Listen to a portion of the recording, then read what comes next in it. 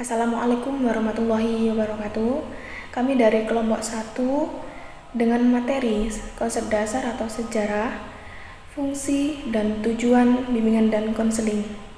Saya Ika Lailatul Rosida, NIM T 2019-1007. Saya akan menjelaskan sedikit tentang sejarah bimbingan dan konseling. Selanjutnya, dari sejarah bimbingan dan konseling yang saya jelaskan, di Amerika tersebut banyak tokoh-tokoh yang mempelopori gerakan bimbingan dan konseling tersebut, sehingga sangat berpengaruh terhadap sejarah bimbingan dan konseling di Amerika tersebut. Tokoh-tokohnya salah satunya yaitu Jesse B. Davis, yang kedua Anna Y. Reid, yang ketiga Ellie W. Weaver, dan yang terakhir David S. Will. Yang kedua, sejarah bimbingan dan konseling di Indonesia. Sejarah lahirnya bimbingan dan konseling di Indonesia diawali sejak pada tahun 1960, yang awalnya di Indonesia itu disebut dengan bimbingan dan penyuluhan pada settingan sekolah, seperti itu. Pemikiran diawali sejak tahun 1960-an. Hal ini merupakan salah satu hasil konferensi Fakultas Keguruan dan Ilmu Pendidikan, disingkat dengan FKIP, yang kemudian menjadi IKIP di Malang tanggal 20 sampai 24 Agustus 1960. Perkembangan berikutnya, tahun 1964, IKIP Bandung dan IKIP Malang mendirikan jurusan bimbingan dan penyuluhan. Kemudian pada tahun 1971, berdiri proyek perintis sekolah pembangunan yang disingkat dengan PPSP pada 8 IKIP. Salah satunya IKIP Padang, IKIP Jakarta, IKIP Bandung, IKIP Jogja, IKIP Semarang, IKIP Surabaya, IKIP Malang, dan IKIP Manado. Yang pertama saya akan menjelaskan sejarah bimbingan dan konseling di Amerika. Bahwasanya bimbingan dan konseling di Amerika itu merupakan pertama berdiri pada tahun 1908 atau pada abad ke-19 atau 20-an. Pada saat itu didirikan oleh Frank Person. Beliau membuka atau mendirikan sebuah klinik yang dinamai Boston Vocational Bureau, yang didirikan di Boston pada saat itu.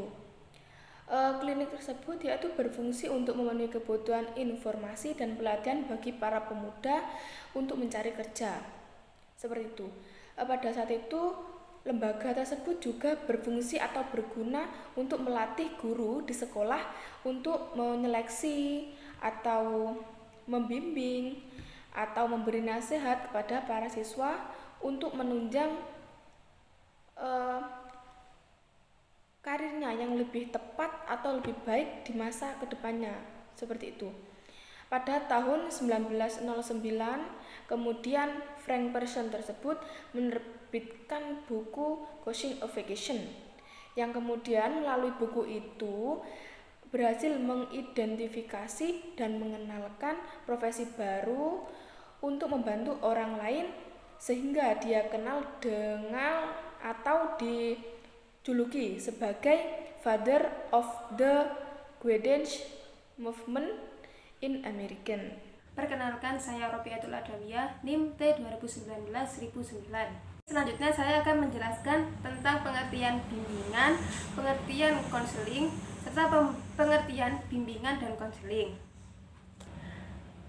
Bimbingan berasal dari kata guide yang berarti to direct atau untuk mengarahkan, pilot atau menuntun, manage or steer, mengelola atau mengarahkan. Sedangkan menurut istilah, bimbingan adalah bantuan yang diberikan kepada individu untuk memilih, mempersiapkan diri, dan memangku suatu jabatan. serta mendapatkan kemajuan dalam jabatan yang dipilihnya itu. Kemudian pengertian dari konseling. Konseling adalah hubungan tatap muka yang bersifat rahasia, penuh dengan penerimaan dan pemberian kesempatan dari konselor kepada klien. Seorang konselor mempergunakan pengetahuan dan keterampilannya untuk membantu mengatasi permasalahan yang dialami oleh kliennya. Nah, selanjutnya pengertian bimbingan dan konseling. Bimbingan dan konseling adalah suatu proses pemberian bantuan kepada individu secara berkelanjutan dan sistematis yang dilakukan oleh seorang ahli yang sudah dilatih khusus untuk itu, dengan tujuan agar individu dapat memahami dirinya, lingkungannya, serta dapat mengarahkan diri dan menyesuaikan diri dengan lingkungannya untuk mengembangkan potensi dirinya secara optimal dan untuk kesejahteraan dirinya dan masyarakat. Kenalkan, nama saya Faza Faizatul Ummah, NIM T 2019-1043. Di sini saya akan mengulas satu persatu tentang hubungan BK dan tujuan BK, baik umum ataupun khusus. Langsung saja, yang pertama yaitu hubungan BK. Bimbingan dan konseling merupakan dua kegiatan kerja yang saling melengkapi dan mempunyai hubungan yang sangat erat dalam suatu permasalahan atau pembahasan yang lebih difokuskan pada permasalahan-permasalahan yang dihadapi oleh peserta didik itu sendiri. Sebagai upaya bantuan untuk mengatasi permasalahan, peserta didik membutuhkan kemampuan atau potensi yang dapat mengembangkan serta mewujudkan suatu minat bakat seseorang dalam mengembangkan potensi mereka, baik secara kelompok ataupun individual, sesuai dengan potensi, baik kelebihan, kekurangan, kelemahan, serta permasalahan-permasalahan yang dihadapi. Apalagi dalam lingkup sekolah sangat berhubungan atau berkaitan dengan permasalahan yang dihadapi oleh peserta didik. Untuk mendapatkan suatu solusi yang mengarah pada hal-hal yang positif bagi mereka, baik anak-anak, remaja, serta orang dewasa, itu pun sangat berpengaruh besar bagi pertumbuhan dan perkembangan di lingkup sekolah. Di sini ada dua pendapat, yaitu yang pertama, menurut Jones, sebagai salah satu teknik bimbingan lebih luas daripada konseling, dan konseling merupakan bagian dari bimbingan. Jadi dalam lingkup sekolahan, bimbingan itu sangat berperan penting dalam pendidikan peserta didik. Secara sederhananya, dalam proses bimbingan ada dua orang yang berperan, yaitu pembimbing dan yang dibimbing.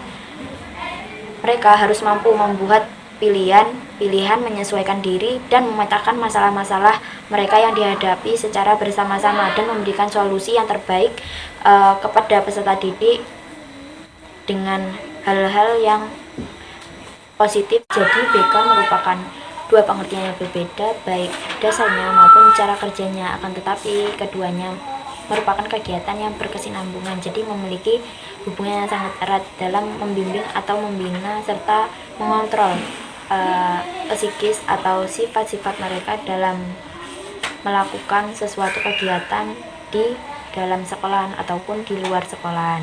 Yang selanjutnya yaitu menurut H.M. Umar dan Sartono. Menurutnya, konseling lebih identik dengan psikoterapi, maksudnya usaha untuk menolong individu yang mengalami kesukaran dan gangguan psikis yang serius. Sedangkan bimbingan lebih dipandang identik dengan pendidikan. Jadi jelas bahwasanya konseling dan bimbingan keduanya merupakan usaha dalam membantu individu baik secara pencegahan ataupun pengobatan.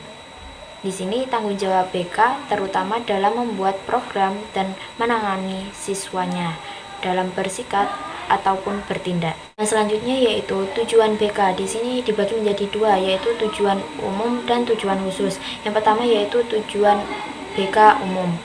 Di sini tujuannya untuk memandirikan peserta didik dalam bakat, minat, kecakapan, cita-cita, dalam mengembangkan potensi mereka secara optimal dengan melalui program, peraturan, dan kegiatan untuk mengasah kemampuan mereka atau peserta didik itu sendiri. Yang selanjutnya yaitu Tujuan BK khusus. Yang pertama yaitu membantu guru dalam berhubungan dengan peserta didik. Maksudnya di sini pendidik adanya interaksi dengan yang dididik. Jadi di sini pendidik harus bisa mengajak terbuka oleh peserta didik agar mereka itu tidak menutup semua permasalahan yang dihadapinya. Jadi pendidik itu bisa memberikan solusi yang terbaik untuk peserta didik itu sendiri. Yang kedua yaitu mengembangkan pemahaman diri sesuai dengan kecakapan, minat, serta cita-cita atau bakat sesuai dengan pribadi masing-masing peserta didik dan hasil belajar dalam kesempatan yang ada. Jadi mereka itu tidak akan menyia-nyiakan kesempatan yang telah datang kepada mereka untuk mengembangkan serta menumbuhkan kemampuan atau potensi mereka untuk mewujudkan atau mencapai tujuan yang telah diinginkan. Yang ketiga yaitu mengadakan penelitian tentang peserta didik dari segi latar belakang. Jadi di sini adanya pengontrolan, pengawasan atau pengamatan dari pendidik untuk ke peserta didik itu sendiri. Jadi di sini pendidik tidak akan lepas tangan dalam tanggung jawabnya tersebut untuk pengontrolan peserta didik agar tidak terjadinya penyelewengan atau penyimpangan yang sangat berpengaruh pada lingkungan sekolah ataupun di luar sekolah. Kenalkan, nama saya Umi Hani, NIM T 2019-1050. Baik, bismillahirrahmanirrahim. Di sini saya akan membahas tentang tujuan BK secara khusus dan fungsi BK. Tujuan BK secara khusus yang pertama yaitu membantu guru dalam berhubungan dengan peserta didik. Artinya apa? Bimbingan konseling itu sebagai naungan bagi guru dan juga peserta didik untuk berhubungan dan berkomunikasi secara pribadi. Nomor 2, membantu peserta didik untuk mengembangkan pemahaman diri sesuai dengan kecakapan, minat pribadi, hasil belajar, serta kesempatan yang ada. Artinya apa?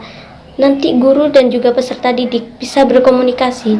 Peserta didik bisa mengomunikasikan seperti apa dirinya, apa bakat, kecakapan, minat pribadi, hasil belajarnya seperti apa. Dan nantinya guru akan membantu untuk mengembangkan potensi yang sudah dimiliki menjadi lebih baik lagi. Yang ketiga, mengadakan penelitian tentang peserta didik dari segi latar belakang. Setelah ada komunikasi itu tadi, maka peserta didik guru bisa melakukan penelitian tentang peserta didik dari latar belakang yang dimiliki peserta didik itu seperti apa. Jadi, pada intinya tujuan BK secara khusus yaitu membantu guru dan juga siswa untuk saling berkomunikasi secara pribadi, dan nantinya guru juga bisa membantu siswa untuk mengembangkan potensi yang sudah dimiliki, dan guru juga bisa melakukan penelitian tentang peserta didik dari segi latar belakang peserta didik itu tadi. Materi yang kedua yaitu tentang fungsi BK. Fungsi yang pertama yaitu fungsi pemahaman. Di sini BK membantu konseli untuk lebih memahami tentang dirinya. Yang kedua yaitu fungsi preventif. Fungsi preventif ini usaha dari konselor untuk mencegah timbulnya permasalahan yang akan muncul kepada konseli. Yang ketiga, fungsi pengembangan. Fungsi pengembangan di sini konselor berusaha keras untuk menciptakan suasana pembelajaran yang kondusif, yang menyenangkan, dan membuat konseli bersemangat dalam belajar. Yang keempat, fungsi penyembuhan. Di sini konselor dan konseli berkomunikasi secara pribadi tentang permasalahan dan menyelesaikan permasalahan yang dihadapi oleh konseli. Yang kelima, fungsi penyaluran. Fungsi penyaluran di sini yaitu konseli mengomunikasikan bakat dan minat yang telah dimiliki kepada konselor. Nantinya konselor akan memberikan arahan kepada konseli seperti apa dia ke depannya, seperti mengikuti ekstrakurikuler apa dan lain sebagainya. Yang keenam yaitu fungsi adaptasi. Di sini membantu pelaksanaan sekolah untuk menyesuaikan pendidikan, program pendidikan apa yang akan dilakukan di sekolahannya nanti sesuai dengan bakat dan minat apa kebutuhan yang dimiliki oleh konseling. Sekian materi dari saya. Sekian presentasi dari kelompok kami, kurang lebihnya mohon maaf. Kekurangan manusia adalah sering berbuat salah. Kelebihan manusia adalah belajar dari kesalahannya. Salam dari kelompok kami. Wassalamualaikum warahmatullahi wabarakatuh.